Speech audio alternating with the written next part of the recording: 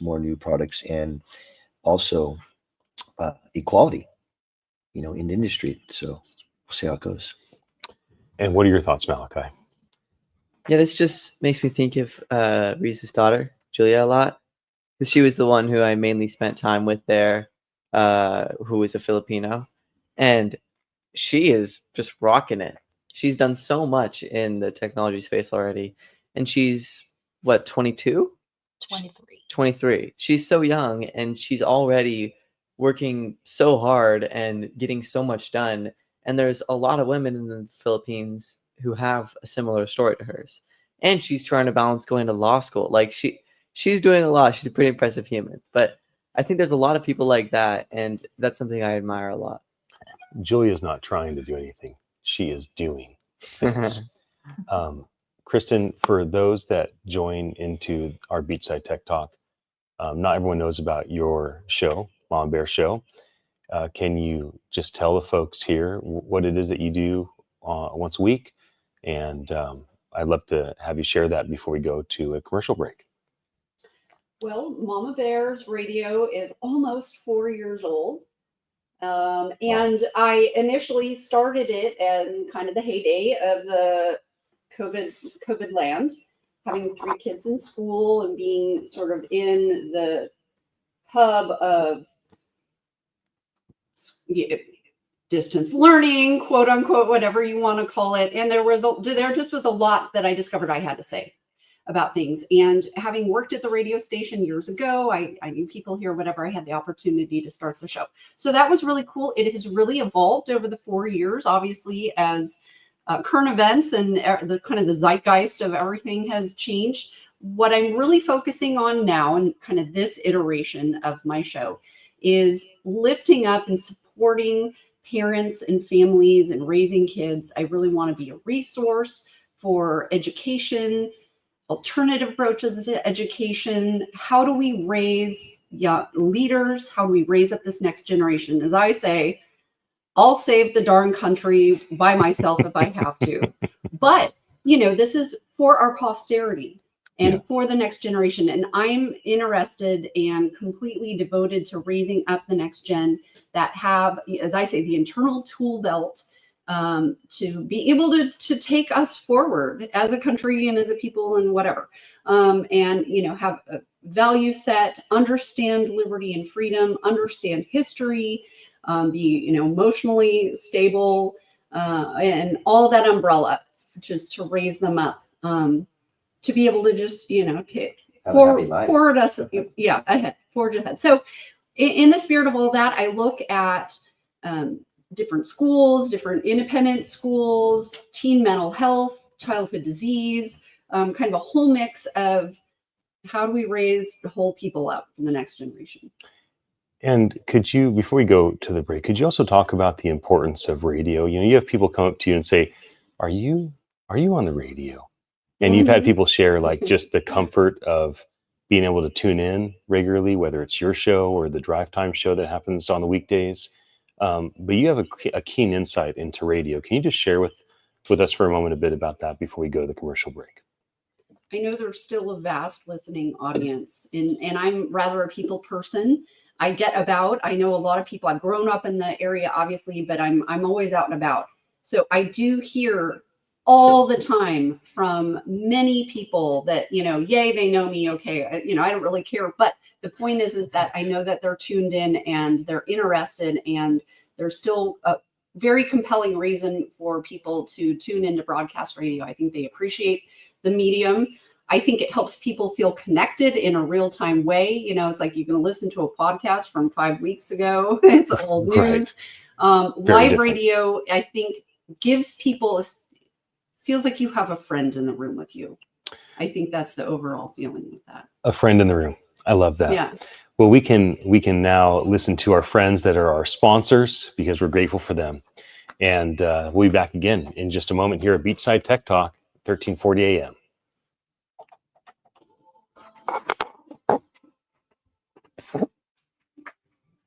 Good job, Kristen. Yeah, You're Mama Bear's pulling the parenting out of the house and bringing it to the community.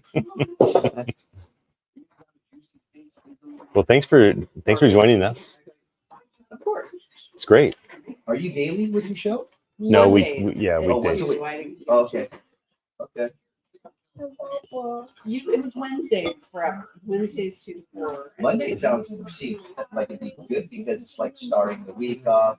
You mentioned last week, kind of tied one week into the It next. comes fast and furious. Monday, it's like, you gotta put on the show. Whereas Wednesday was a little bit more like to get into the week. But sorry, we're still rolling, huh? Yeah, we're always rolling on the internet. There's not a camera on me, but at any rate, I won't put the camera on you There's again. not a camera on you. There's three. there's 3. There's 3. No. Just All just for your quick spotlight. I just wanted people to know who the amazing producer is here at KOMY. And I love what you do here and what you've done here. You've been here off and on for, a big part of your career. Since 2001. It's amazing. Actually. Oh, really? 24 years here is a big deal. Wow. I mean, obviously, there's a large chunk in there. Where you're wasn't, not. But it was the same crew here for a long time. Long, It's been the long same time. ownership. There were Right. a number of people that were here, 30 years ago and here until recently. So, That's right. Yeah, kind of a close-knit group. Sweet. Well, I think that the four of us here on this side of the table, I think, we have a vision for being around and being here and being part of the, local content that's being created. So this is the beginning of it. Thanks for making it easy for us. My airwaves are your airwaves, is how Aw. I've been saying. Kind of come on and enjoy the opportunity of this. It's unique. Yeah. It's a very unique opportunity. Most radio stations are corporately owned, and you don't get the Very opportunity different. for local voices. So, Yes. as they say, smoke them if you got them. Yeah. All right, Organic Riza, spontaneity. I'm going to go to you first. About what? About technology? Welcome to Beachside Tech Talk here at 1340 AM. KOMY, the home of Schoolhouse Radio, which is actually a nonprofit organization. Our friends, Kristen, Scott, and the rest of their team have done some really cool things to develop opportunity for young people like my son Malachi. Tomorrow, Malachi is bringing 2 of his 16-year-old peers that are some bright kids that I'll enjoy chit-chatting with.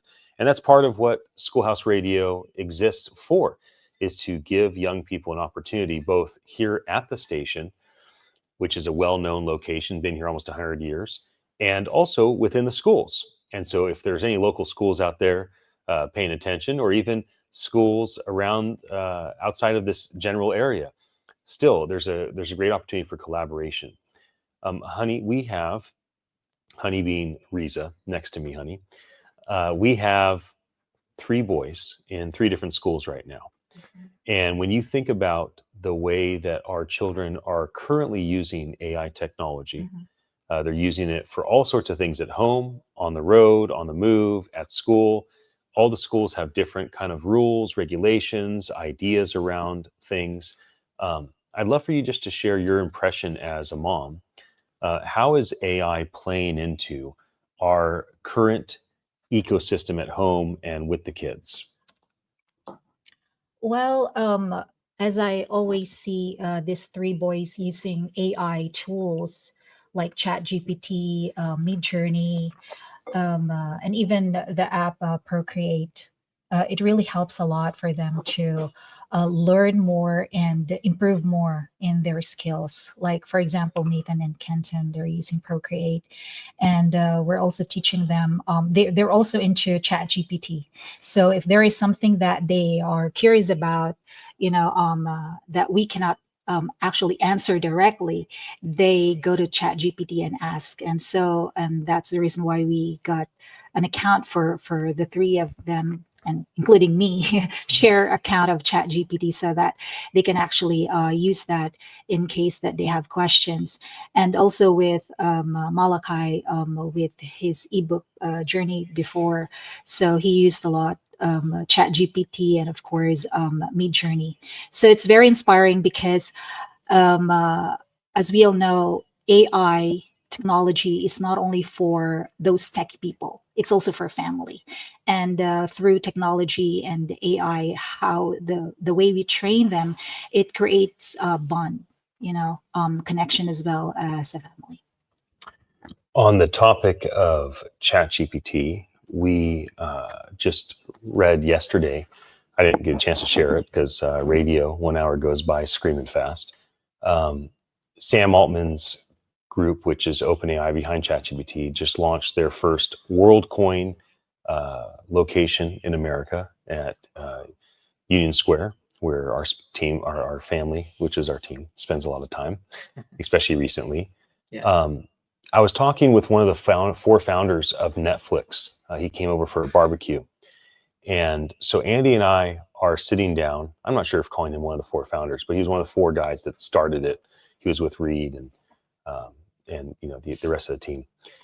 And so we were sitting down, and he had a fairly negative view of ChatGPT and Grok on young people.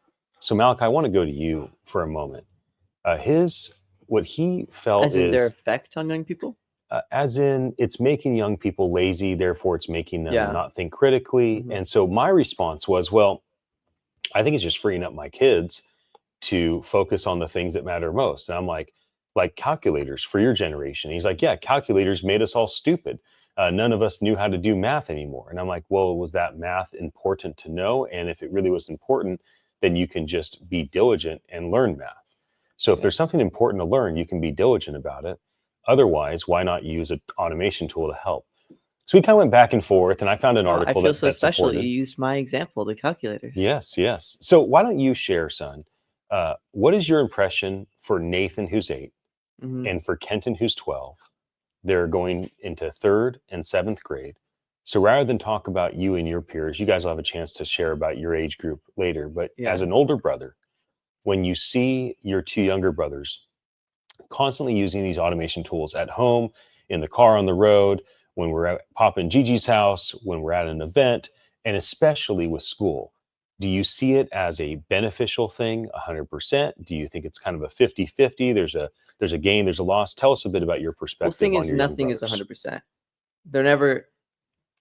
It's similar to the calculator example I had said that you use with Andy. And the part that I was mainly pointing out is that AI is going to be used. It's just going to happen. You can't really stop it. When something is so useful, it's not like you can just say, oh, we'll just regulate it and kids just won't be able to use it.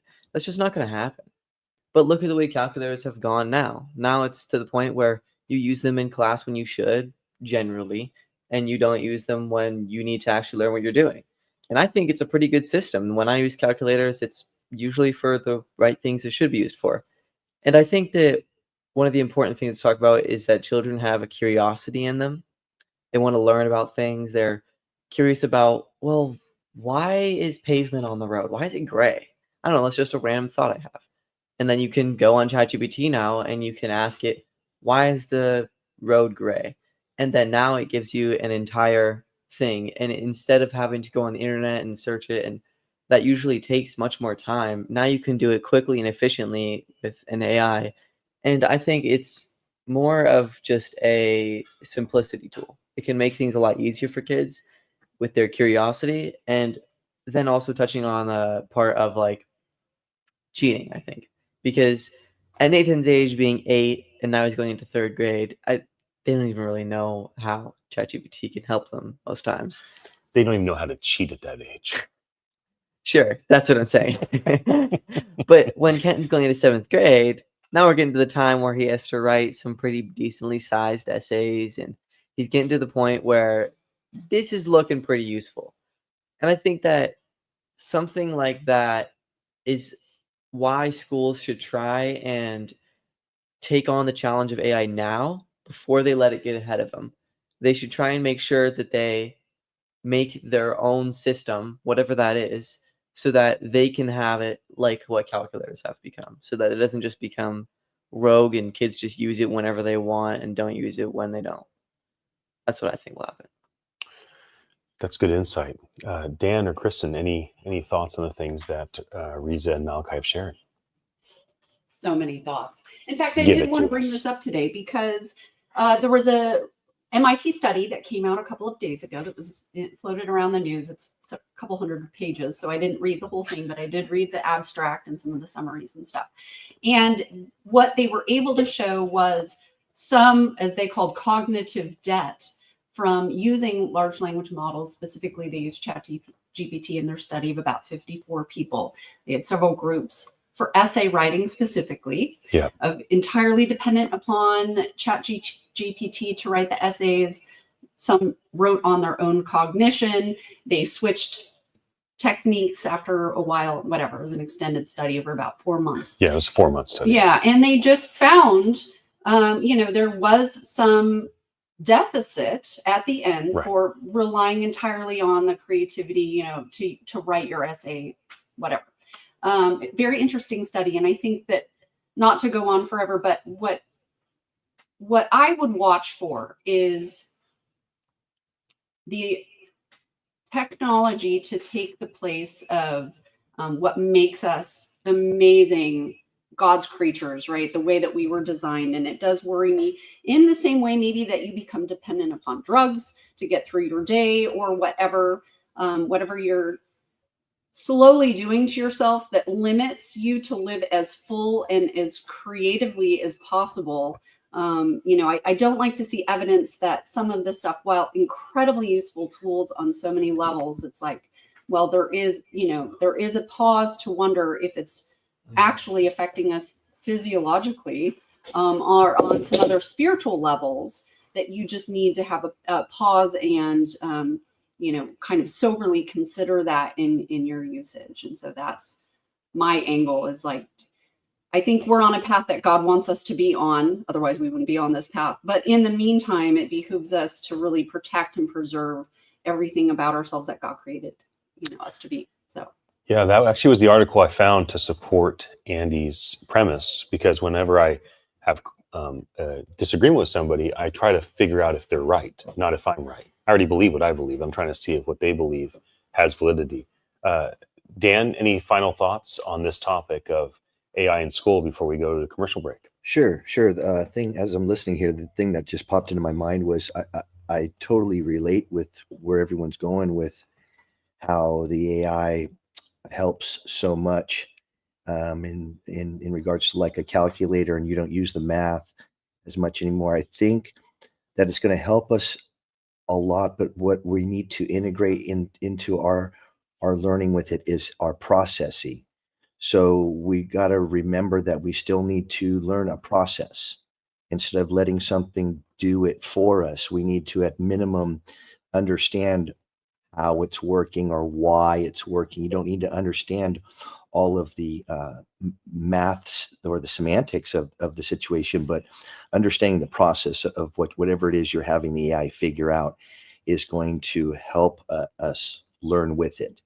Because as Kristen was saying, you don't want to have something come in and actually take away from us. In other words, take away that learning ability that we love and enjoy. We do like to work and think about something because there's a reward pattern in there. When we figure something out, it's very rewarding. It releases endorphins. It's exciting.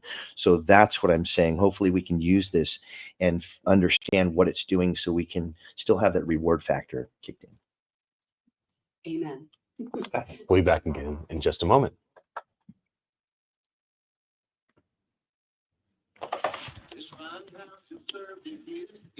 That was good. I think that's an important topic. Yeah. It is. It became I a wasn't just controversial in the saying Philippines, the remember? positive side too. It's just what I use my time for. Right. I mean, I think one of my big detriments for AI is that I use 2 different AIs at the same time. It takes So so I much go time. back and forth between Grok and ChatGPT, and I think that's actually causing a problem with my productivity. The problem is that they aren't always accurate, and so the thought of like just using one is concerning, because then it's like, well, I don't have a cross reference. And so I don't have one to keep the other accountable. But instead of getting something done in 5 minutes with one, I might have something last 2 days, back and forth, you know. And so I find that to be one of the big concerns I'm currently having. Malachi, are you primarily using one at this point, or are you using back and forth between two? I haven't used AI as much as I used to, but when I do, it's probably like every other day that I'll spend like 20 minutes doing something. I'll just use one. I see. I rarely, because when I do, I realize it's not that I go from taking 5 minutes to 10 minutes. It's that I go from taking 5 minutes to 35 minutes. Right. Or It just to adds 2 time instead of hours. saves time. Because it's so much knick-knacking, and you also have to read both. And so then it's not I just hardly the ever read reading. whatever it writes. I basically have it do stuff, then I just keep talking to it, and then it does stuff. It's Yeah, too much it's stuff. It gets to a point where it's just negative productivity. You're just trying to fact check the one thing, though. Also, But is fact-checking worth it at that point? Here's one thing that I, on a weird level, I already feel the addiction to it. Just push the easy button. And this is with producing shows and coming up with content. Right. Like, it's super beneath my dignity to do any Mama Bears production or research or anything for my show with the AI. I need that to come from me and my heart and whatnot. Right. But it's so tempting for stuff that like I care less about or whatever. Right, I'm right. like, oh, okay, fine. Yes, I'll right. let her up to it. Right. But I feel that there's you can tension there. easily flip into that addiction. Yeah. Yeah. So- it can promote laziness. It totally can. Exactly. You feel like I wouldn't have to even think about it. And so, anyways, it's a slippery slope. It's a slippery slope. There's no doubt about it. It's a slippery slope. I'm going to open up this one with two. Let's see. And I have one right here I want to mention in the news, and then we'll talk a bit about crypto's impact. Maybe we could talk a bit about the unbanked. A lot of people in the local county in Watsonville are unbanked. So I think we'll start with a crypto story, and then we'll talk a bit about people being unbanked, not having access to traditional financial vehicles.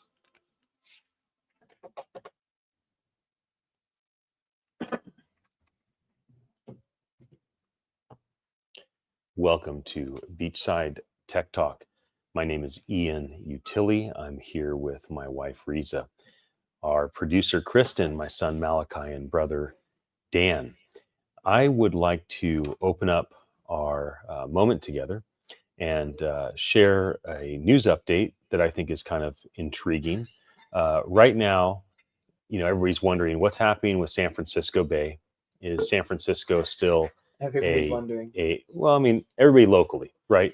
If you're in the tech world, if you're in the Silicon Valley, there's a lot of questions like, are we going to ever rebound from what's happened to our area due to the pandemic? What industry or industries are going to rebound? Is it just going to be AI, or are other industries like crypto, this is our segment where we talk a bit about what's happening in crypto currently. So one news story I just noticed is, if any of you are familiar with the iconic Transamerica Pyramid building in San Francisco, one of the main crypto blockchain investment companies, which is called Paradigm, they just secured $850 million in funding, and now they're planning a new office in the Transamerica Pyramid building. So it's little moments like, I guess you could say little, it's moments like this, maybe it's large, where people say, oh, okay, maybe there's a rebound for the San Francisco Bay Area with all things crypto. Now, what I'd like to talk about for this segment is the unbanked. It's easy to talk about developing nations. Like, there's so many, out of the 100 million plus people in the Philippines, or almost 1 billion people in Southeast Asia, a ton of them are unbanked. They do not have access to bank accounts and traditional finance vehicles. But that's also true here in the Monterey Bay, where we're here at, in Santa Cruz County in Watsonville. And it's not just illegal immigrants that have come up from Mexico. It's also legal immigrants that have come up. They might have a social security card. They might have a job. They might be paying taxes, but maybe they don't have all the traditional models by which they can hold money. And so a lot of times they end up going and doing things that are really unwise with their money. And Dave Ramsey, who was just on, he'd be so disappointed. They go and they take a loan against their paycheck in a week or two, and they lose 5 or even 25% off that loan. And so there's a lot of pain that's experienced with our local community that are not banked. And so maybe we could just start talking about the importance of decentralized finance and what decentralized finance does specifically in order to allow people to have access to a place to store their money, secure their money, transfer their money in and out, and do so in a way where they are not dependent on a Wells Fargo or a Bank of America or a Chase giving them the official golden welcome. Oh yes, you can come in, because a lot of times they just get turned away for whatever reason. Kristen, do you have thoughts on the importance of our local community being able to have financial tools and instruments to properly manage their finances? Because we know this is a big issue with on the south part of our county. Yeah, I have a couple of different takes on this, and maybe a question back for you. But I think being a freedom-minded person and seeing most everything in life, especially these days, through that lens, okay, fine, yay, you get a bank account, or yay, you have your investments or whatever in sort of the traditional buckets. Well, as we've seen, maybe someone else is actually really in charge of your money and will turn it on or turn it off, giveth and taketh away as they see fit. So I while I still sort of bank traditionally, I in the back of my mind wonder, well, if you go against something, or there's some government entity that thinks they know better, whatever, you are subject to a certain amount of limitations on your personal liberties with respect to that. But what I'm hoping, maybe you can spend a couple of minutes on a very basic level, because this is why I think maybe people, like the people communities you're talking about, don't understand how to support themselves other than the traditional methods, as people don't understand. So maybe on a super bare bones level, can you talk about, as you say, crypto or blockchain or that technology, and how that actually would help them? Or I'm just saying, how about a 101 education about what that means? So Dan, I'm gonna hand it over to you. You grew up as a general contractor, carpenter, in the trades. You've had to learn all this stuff in the last few years. So I feel like you have a unique ability to kind of lay out the 101 for your generation, the generation older and younger than you. And then maybe we can hand it to Malachi to talk about it from his perspective. Just the bare bones, what is decentralized finance? How do people engage with it? What's step number 1, et cetera? I'm going to say a couple things. Decentralized finance is just, in my opinion, is a more self-contained ownership of your monetary finances. So you can keep more track of it. You can use it as you see fit. You won't have to have time barriers for big transactions, things like that. But what I was hearing just a moment ago, that a thought came in my mind, it's these barriers for people who don't have bank accounts. It seems like there's a 2-barrier wall that sets up a lot of people who don't have bank accounts. I would guess to say that it's either maybe a lower income, or people that are possibly relying on maybe some government subsidies in one way or another. And what I do understand a little bit about that is that for those things to take place and to get assistance in certain ways, is unfortunately, there's a vetting for you to allow these privileges. And a bank account and how much you have in there is definitely one of them. What you own will determine on how much assistance that you get, if any at all. But I think that's something that we'll have to work out soon. People can have accounts that aren't government attached like that can help them also, because the government does not oversee crypto just yet. There is no oversight of it. So that's one way people can have these small bank accounts and keep a couple $100 or $1,000 in there and still be able to get this assistance, because I think I've got a couple people that I do know who use the assistant. Like, I've heard if you have like more than a couple $1,000 in a bank account that you kind of won't be eligible for a certain thing. So it puts a stipulation on people where they have to walk a fine line between, should I even have a bank account or should I not? So You keep that 1,000 in your mattress. exactly. But to your question that you were trying to get to, Kristen, is that people can learn about crypto a little bit, and it's basically a digital wallet if you have a source of internet connection, and can start with something like $10 and kind of play with it and see how it actually works. Yeah, I think that we need to touch more on the basic reasons why, though. Like, why is it? And I want to ask you this question, Dad, because you have all the knowledge and all the special talking wisdom.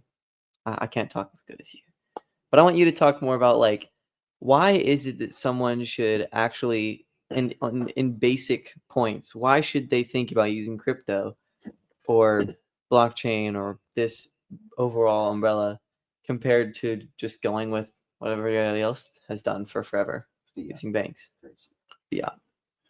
Okay, so let me just give a few things in terms of how I'd recommend folks engaging. So first of all, if you have a Cash App account, a PayPal account, or a Venmo account, you can currently acquire Bitcoin on all three of those. On PayPal and Venmo, you can also acquire Ethereum and a couple other ones like Litecoin. So if you currently have no engagement whatsoever in decentralized finance, one option for you is you just use one of the apps you already have, right? You already have one of these apps, and now you just go buy $10. Now, never buy cryptocurrency with money that you can't lose. It goes up 90% and down 90% very quickly. It can be very emotionally challenging, but it is an infant of an industry, right? Like, it's a little bit tiny baby. It's not an adolescent, it's not a teenager, it's not a full-grown adult. So we're still dealing with a little baby that, whines and cries quite a bit and causes everybody else heartache. So that's one way. Now, the next step is you could open a decentralized finance account. So in America, you might want to do that with Coinbase. So you download Coinbase app, or you go to your computer and you open a Coinbase account. And now all of a sudden, you can acquire any number of the cryptocurrency things, and you can hold it in a base wallet, which is a centralized wallet. You're basically trusting this American company to hold your crypto for you. So it's kind of in between. It's a hybrid between decentralized finance and centralized finance. The final step would be in America to probably get a wallet called MetaMask, MetaMask. MetaMask wallet is a fully decentralized wallet that you can buy many different types of cryptocurrency and hold it yourself. You're responsible for the security of your wallet. So people will lose the access to your wallet by not managing their what's called private keys well. So those are three different ways to engage. You can buy cryptocurrency in the apps you already use: Cash, PayPal, Venmo.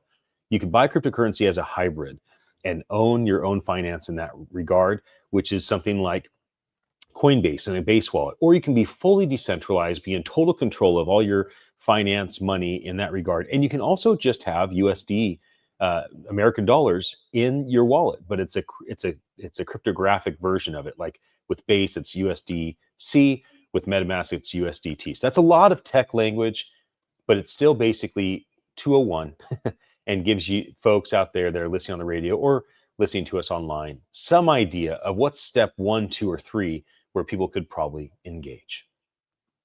We'll be back again very soon for our last segment here at Beachside Tech Talk. My name is Ian Utilli. This is KOMY 1340 AM in Santa Cruz County. Why did you say use your AI with everything I just said? Just pick a word. That's right. And use your AI. Use your AI. It'll help you out. So why don't you share with the internet, Dan, what was the way that you first engaged with decentralized finance? And do you resonate with my 3 options of just use an app you already use, go to Coinbase or MetaMask? Yes. Because you've done all of them. Yes. I would recommend it. Hopefully you could find someone that you know, a friend of a friend. That's true. That you could possibly that can help trust, you. because it's a little bit daunting when I first started looking at a digital wallet. I was the last guy in the world that was going to open up in my Wells Fargo account and let them have a digital access to it. I was still a paper currency and check guy and doing everything pretty manually. But once I had a friend help me open up a digital wallet, I did. I went into a Coinbase. It was the most popular platform at that specific time, but I really didn't know what was going on. But I was able to understand the wallet that I had was a digital wallet inside a Web3 blockchain that was mine with its own giant serial number. And so that's planted in our blockchain. Yeah, it's called a hash graph. It's what we know as a serial number, which is just a long segment of numbers and letters possibly, but it's on the block. And so I realized that I have a wallet that is in Web3 now. It's in the cloud and it's owned by me and only I can touch it. So I put a few dollars in, I put a $10 in, I put a $15 in, and then I think I put $100 in. And we were at the 2020 or 2021 NFT NYC. Right, 2021. And then so a couple people, I'd wound up buying a couple of NFTs while we were there. Right. For a very little amount. And that was my introduction into crypto. It was more of a novelty thing. And I wasn't like looking to establish my bank account in there or put my personal funds. And I wanted to, it was a playful thing. Yeah. Okay, honey, I'm gonna go to you first to tell about how you first engaged with buying crypto, because you did it pretty early on. And I'll set you up.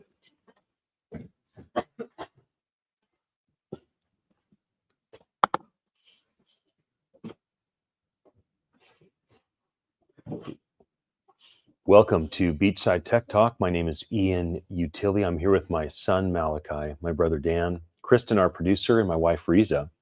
And we like to spend some time on the last segment talking about stories. So one of the stories I've heard a lot about when it comes to decentralized finance was people having a very difficult time buying things like Bitcoin back in the day. Now, at first, Bitcoin was basically free. I had one friend that had a faucet. And about 14 years ago, if you went on his website and you just put your email, he would give you instructions on how to get 5 free Bitcoin. Isn't that wild to think like today, 5 Bitcoin is worth over $500,000 in USD value. And he was giving 5 Bitcoin away to anybody that just to try to get more people to learn about it. Then about 10 years ago, people would go to 7-Eleven. And 7-Eleven had people drop in these Bitcoin ATMs. And they'd go put in American dollars, or where Riza's from, they'd go put in pesos. And so here you have these Filipinos walking into a 7-Eleven store and they're thinking to themselves, is this real? Am I really putting 1,000 pesos in this machine to be able to, get 0.01 of a Bitcoin, whatever that is? And so no, it was quite a bit back then. Yeah. Bitcoin was like $100. And so you think about like one of our friends who now runs MEXC, a big exchange in Southeast Asia. He's the growth lead for the whole entire region. And previously he was the country manager in the Philippines for OKX. Like he just kept buying Bitcoin at 7-Eleven, as did his friends. He also at one point owned, like a large percentage of Dogecoin. And so people that were in early have wild stories. And I know, honey, that you also have a story about how you first learned about decentralized finance. I know that a lot of your friends couldn't get bank accounts, or if they did have bank accounts, the bank would just take their money from time to time if they didn't use the bank. Like it's very strange the way it all goes down. Can you just share with our audience for a moment, what was your experience 10 or so years ago with banks, with finance in the Philippines, for you and your friends? And when you heard about things like Bitcoin or Ethereum or Litecoin or Doge, and you say, okay, this seems like maybe there's promise here, I'm gonna go investigate this. Just tell us a little bit about that story. Okay, let's talk about having bank account in the Philippines. It's true that it's really hard for Filipinos to get their bank account because number one is that the most banks in the Philippines, they will only allow you to have your account if you have money.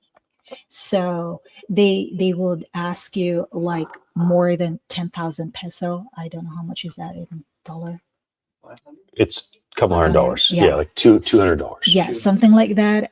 If you have that amount, then you can open an account. If you don't have that amount, you cannot open that account. Although there are some banks like which is called the Banco de Oro or BDO, they opened like accounts for Filipinos who are low income Filipinos so that they can open an account. Unfortunately, if you cannot maintain the maintaining balance, they will automatically close that.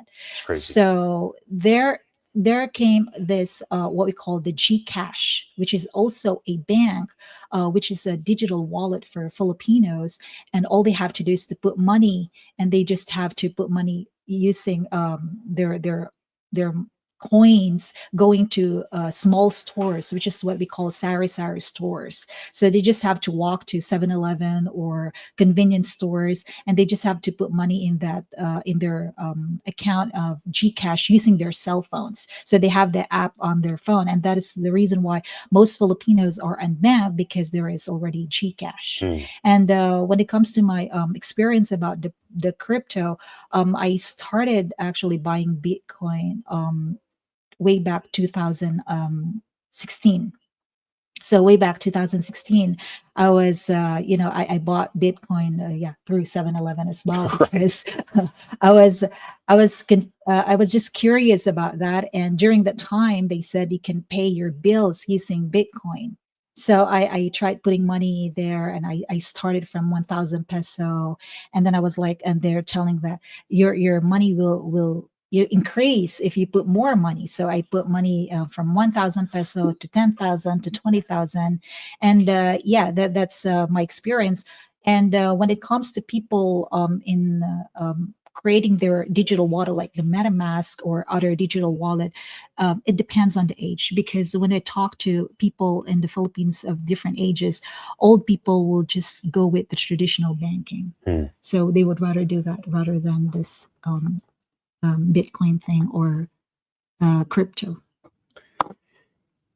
My first introduction to cryptocurrency, like where I really paid attention, and I thought to myself, oh, okay, there's something really profound here. I actually got vertigo. Now, if you don't understand the significance of cryptography and blockchain, it is mathematically quite complicated. So during World War II, cryptography was a weapon of mass destruction. That's how it was qualified. And Malik, I'm gonna go to you in just a second. So I remember the Super Size Me guy, the documentary dude. He had this day in the life show, and it was on one of these OTC platforms. Let's just say it was on Netflix. Maybe it was Hulu. I don't remember. And it's about 10 years ago, 2016 or so time frame. And he does a day in the life of somebody trying to spend Bitcoin. Now, at that point, Bitcoin was down under $500. It had hit a peak of $2,000 before that. And then there was a fraudulent thing, mount something, that basically caused the whole thing to implode again. So he's going around, he's trying to pay for stuff with Bitcoin. And he's trying to pay for meals. He's trying to pay for school, tuition. And he brought gold bars, and then he brought like a Bitcoin wallet. He's like, I got gold or I got Bitcoin. Which one will you take? And some places are like, we're not taking gold or Bitcoin. Let me see your credit card. One place was like, we'll take gold or Bitcoin. We don't care. Like, we just want your student. We just want another student in our school. And then at the very, very end, it mathematically shows how cryptography works. And I remember sitting there at my house. Now, I'd heard of Bitcoin, I had heard of decentralized finance, but I never really given that much attention. It's like monopoly money, whatever. And I'm sitting there and it's explained. And I remember like my world went sideways. I remember it was such a emotionally and mentally overwhelming idea of what it was explaining, the depth of what a blockchain is, what a distributed ledger is, what cryptography does, that it messed with me physiology. And like I got vertigo from it, and I thought, oh, this is so weird. What a weird response to information. And at that point, that's when I decided to start events. I figured I don't understand this, but if I just invite the smartest people I know to Twitter's headquarters, where I was the entrepreneur in residence, I'll just throw events about AI and crypto and future tech, and I'll just figure out what it is just by basically interviewing people. And that was why I did that. So Malachi, what was your first introduction? And then I know one of first times you actually bought any sort of cryptocurrency was that Cabal thing that you did, which is a meme coin. And that I was put like obviously 100 in and it went to 0. And I remember telling you, son, you're looking at your phone like 40 times a day. This Yeah. is not healthy. Stop what you're doing. So just give a little insight. What was your introduction to this technology, and What was was the your first year that we experience? went to NFT NYC? Was it I 2020? brought you guys in 2020. Yeah. Yeah, February So 2020, right before the pandemic. I think that was my first introduction. We were going to this event with my dad, Ian, right here. And it's NFT NYC. We were talking about it earlier. And we're going to that soon again. But this was 5 years ago. And it was like, in my mind, I'm kind of just going somewhere with my dad. And I didn't really know anything about it. And so you kind of gave us a little introduction. And I think you helped us make a MetaMask account. And so we put a little money in or something. And I was like, oh, I just got money. Like, that's all that's running through my mind. I'm not thinking about the technology part. But we go to the event and we do some of the event stuff. And I think I learned a little more. But I still kind of had no idea what was going on. And then throughout time, I've kind of learned a little more. And I think it was last year when we went to NFT NYC, I was talking with someone. He was like, "Oh yeah, I put. Have you heard about all these meme coin things? I'm like, meme coin? What is that?" And I remember you saying like, "Oh my gosh, that's so dumb. All this meme coin I'm like, stuff." son, don't do it. Don't And I'm buy like, meme coins. but the dark side just there's so much money in it. And so I'm like, oh well, then how do I put money in this? And so he's like showing me, and it's just going up and up and up. And I'm like, oh my gosh, I need to do this quick before before I just lose the train. And so then I put 100 in, and I see it go up like a few percent. And then I go to bed. Rich. I'm so rich, is what you do. That's what I told myself. I just gained $5. And then I go to bed and I wake up and it's at like $35. And I'm like, that's not supposed to happen. Oh shoot. And then the next day, and I just kept looking at it. Like, it's funny how humans find different ways to gamble. And I think that overall, I've realized that this technology is going to be very important as a whole. And I think that it's important to try and make sure that I don't take things like crypto and turn them into a way to gamble for me. So I think that's my takeaway.